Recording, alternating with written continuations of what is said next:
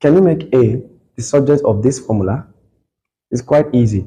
To make A the subject of this formula means to get rid of every other letter and number that is not A from this right hand side of the equation and isolate A.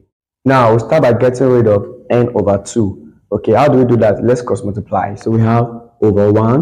When we cross multiply, we have 2s equals n to bracket a squared plus n minus 1d. Now I've gotten rid of 2. The next thing is to get rid of this n. How do we do that? We divide both sides by n. Divide by n, divide by n cancels n. We have 2x over n equals a squared plus n minus 1d. Now we're getting closer. N minus 1d is an added term to a squared. We get rid of that also by transposing it.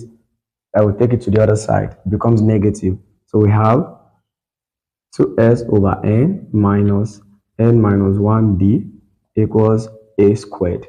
Now we are getting very, very close. Let's flip this.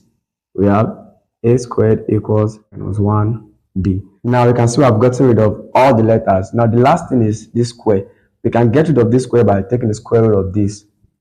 So we have a equals square root of 2s over n minus 1d. It's as simple as that. Initially, all these letters and numbers were attached to A. Now we have A isolated. That means we have made A the subject of the formula. Now in case we are doing a multi-choice question, that is an objective question, and we can't find this in our options.